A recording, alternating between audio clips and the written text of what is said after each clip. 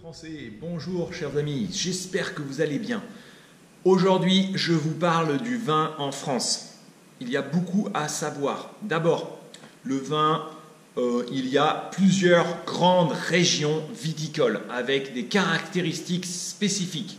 Vous avez Bordeaux, vous avez les vins de Loire, les vins de Bordeaux, les vins d'Alsace, les vins de Provence. Vous avez plusieurs grandes régions.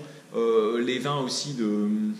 ça m'échappe. Bon, il y a plusieurs grandes régions qui produisent du vin. Chaque région, il y a des vins spécifiques, des vins avec qui ont des goûts différents.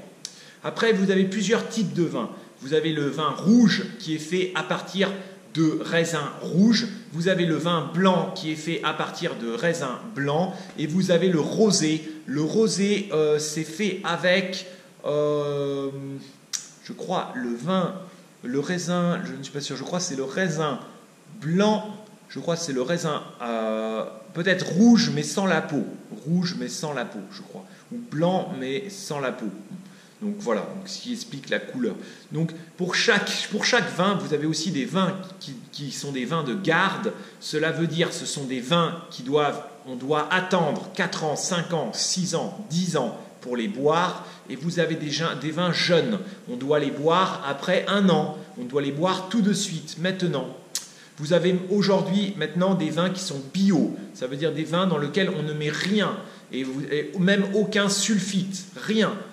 Et il y a les vins classiques où là, il va y avoir les pesticides. Et aussi, on va mélanger des produits pour avoir la fermentation du raisin. Donc il faut faire attention. Aujourd'hui, beaucoup de Français veulent boire du vin bio. C'est le vin sans pesticides et sans produits. La fermentation est naturelle. Les caractéristiques du vin, on va regarder le terroir. Le terroir du vin, c'est la terre sur laquelle est le vin. Différentes terres vont donner différents vins. Les cépages, c'est la vigne. C'est quel type de raisin? Il y a plein de variétés de raisins, des centaines de variétés. Il y a des vins rouges gros, des petits vins rouges, des petits raisins, plein de raisins différents. Des raisins blancs sucrés, des raisins blancs secs, plein de raisins différents. Il y a des cépages qui sont des cépages anciens que l'on trouve qu'en France. Il y a des cépages qu'on trouve qu'en Espagne. Avec différents cépages, on va pouvoir faire des vins différents. Et bien sûr, on va pouvoir avoir des assemblages. Donc il y a des vins avec 3, 4, 5, 6 raisins différents, des espèces de raisins mélangés différents. Et il y a aussi le savoir-faire des viticulteurs. Donc les viticulteurs ont beaucoup de connaissances et la façon dont ils vont faire le vin. Quand est-ce qu'ils vont récolter? Comment récolter? À la main, avec des machines? Combien de temps est-ce qu'on va mettre dans un baril, en fût, dans le chêne? Combien de temps? C'est ça qui donne le goût au vin. Le vin rouge se boit à température. Le vin blanc et le vin rosé se boivent très frais. En France, on a classé les vins par catégorie. Les AOC ou les AOVDQC, ce sont les vins de meilleure catégorie. Pas les meilleurs vins, ce ne sont pas les meilleurs vins, mais c'est les vins qui... AOC Bordeaux, ça veut dire c'est un vin qui est typique de Bordeaux. AOC Bourgogne, c'est un vin typique de Bourgogne. Donc les AOC, c'est très important. Et par contre, si c'est un vin de pays ou un vin de table, ça veut dire qu'il peut venir de toute la France, ou il peut venir d'une très grande surface géographique. Maintenant, on a aussi les vins de l'Union européenne. Donc les raisins, le vin vient de partout.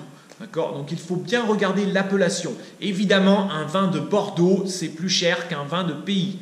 Parce que le vin de Bordeaux est fabriqué avec des raisins qui viennent de Bordeaux. Le vin de Bourgogne, ça va être très cher, le champagne de Bourgogne. Pourquoi? Parce que la Bourgogne, c'est tout petit. Et il va falloir aussi suivre un procédé de fabrication. Le vin AOC Bordeaux doit être comme ça, comme ça, comme ça, comme ça. Il y a des critères définis. Si on ne suit pas les critères, on ne peut pas avoir l'AOC. Si la bouteille, c'est une AOC, c'est plus facile à vendre. Les Français vont regarder. Ah, c'est un AOC, je vais acheter. Ce n'est pas un AOC, je ne veux pas acheter. C'est un vin de table. C'est mauvais le vin de table. Les Français ont des idées.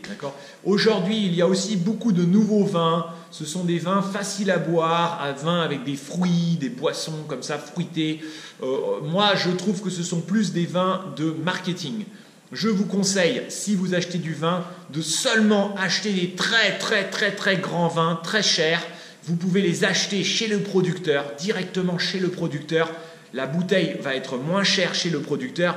Si vous l'achetez la bouteille à 30 € chez le producteur, vous le gardez pendant 5 ans, le vin va être excellent, excellent. Donc c'est ce que je vous conseille. Il vaut mieux pas boire, il ne faut pas boire beaucoup, mais buvez du vin de très haute qualité. Là, ça vaut la peine. Là, ça vaut la peine. Il faut le garder chez soi. Vous prenez un grand rosé, un grand vin. Vous pouvez acheter un guide des vins. Il y a un guide des vins. Quand vous êtes en France, vous pouvez voyager et aller voir le producteur.